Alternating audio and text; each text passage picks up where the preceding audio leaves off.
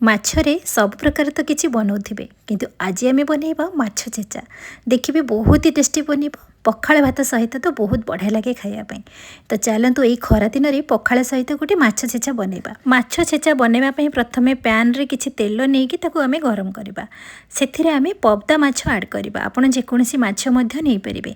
मुझे भाव में टी लीड को कभर करदेली कहीं माछटा टी भाजरा बेले छिटकी थाए से ध्यान रखिकी एमती लीड कभर करके आप भाजबे। दर्शक बंधु आज रेसिपी आपण मानक जदि पसंद आसला बिंदुरोसी चैनल को सब्सक्राइब करदेवे। फेसबुक पेज रे देखुले फॉलो करेंगे। यही भाव में माछ को हल्का भाजी नवा बेसी क्रिस्पी करें कहीं यहाँ बेसी क्रिस्पी कले भल लगे। दुई पट गोल्डन कलर होम एमती हल्का भाजिकी गोटे प्लेट काढ़ा।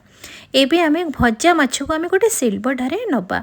आपड़ जेकोसी शिल हो कि सिल्वरटा कि हेमदस्तार आप छेची पारे। मुझे प्रथमे गोटे पब्दा माछर भजा नहीं गली आम भलसे छेचिबा। आपड़ यही भाव में छेचिबे आ छेचिला तार मझी कंटाटी बाहरी आसो। आपड़ आराम से मझी कंटा को काढ़ी नेबे कहीं जो कंटाटा रहा से खाइला बेले प्रोब्लेम हम। तो से आपड़ यही भाव में छेचिकी तार मझी कंटा को काढ़ी नेबे। जेतिकी क्वांटिटीर आपड़ माछ छेचा बनेबे आपड़ सेतिकी माछ एथिरे मध्य ऐड करें। तो मुझे दुईटी माछ को आम छेचिबा। तो दुईटी माछ को छेची सारा पर तार सब कंटा गुड़ी को बाहर ना से कंटा गुड़ी को आम काढ़ी नवा। यही भाव में देखूँ तार मझी कंटा गुड़ी को एमती बाहर करे तो खाइला बेले आउ प्रोब्लेम हेनी। एबे आम माछ को भलसे छेची सारापर ए आम बाकी जिनस किसी ऐड करवा। ए मु 3 ରୁ 4टी रसुण कोला ऐड करी। गोटे पियाजर अधा मुझे पियाज खंडे काटिकी ऐड करी। सुखिला लंका को मुझे पोड़ी के ये ऐड करी। तार गोटे बास्ना टेस्ट भल आसो। जदि आप सुखिला लंका खाऊना ताहले ये कंचा लंका आप ऐड करें। सब जिनस को ऐड कर सारापर पुणी आम भलसे छेची नवा।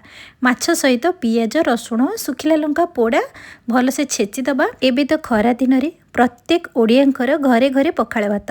तो आपण थरे यही भाव में बनईकी पखाल सहित खातु देखिए समस्ते पसंद करेंगे खाइबा को। तो माछ छेचा को यही भाव में भलसे छेची सारापर सब जिनस को हाथ में मिक्स करदे। ये हाथ में मिक्स कर सारापर आम गोटे चमच कंचा सोरिष तेल ऐड करवा। तापर स्वाद अनुसार ये अल्प लुण ऐड करवा। एथिरे आउ किछि भी जिनस ऐड करें। बस सब जिनस को पुणी भलसे मिक्स करे। मिक्स करके आप पखाल भात हो कि गरम भात सहित आप खाइबे बहुत बढ़िया लगे ये खायापी। तो आपण मैंने निश्चित भाव में थरे ट्राए करूँ। खरा दिने तो बेसी तेल मसला पाटी को भल लगी न थाए से किछि पोड़ा किछि छेचा छेची खाइले समस्त को भल लगे। तो से आप खरा दिन में यही भाव में अल्प तेल मसलार इजी उपाय बनला भली मात्र 3 ରୁ 4 मिनिट समय लगे बनवाई। निश्चित भाव में बनैकी खातु। आज यही माछ छेचा रेसिपी जदि आपण मानक पसंद आसला बिंदुरोसी चैनल को सब्सक्राइब करेंगे। लाइक शेयर कमेंट करेंगे। फेसबुक पेज रे देखुले फॉलो करेंगे। पुणी देखा नुआ वीडियो से पर्यंत रहुछि। नमस्कार।